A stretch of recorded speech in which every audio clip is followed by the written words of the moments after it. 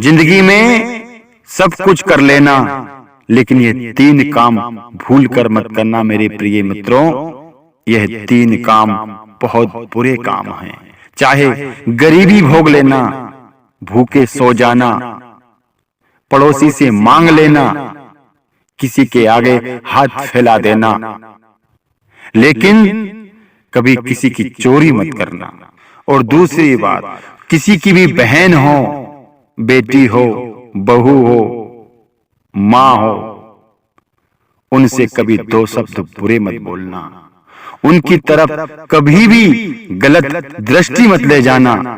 जैसी दूसरे की बहन है, अपनी भी बहन है। किसी की मां है तो वो तुम्हारी भी मां है।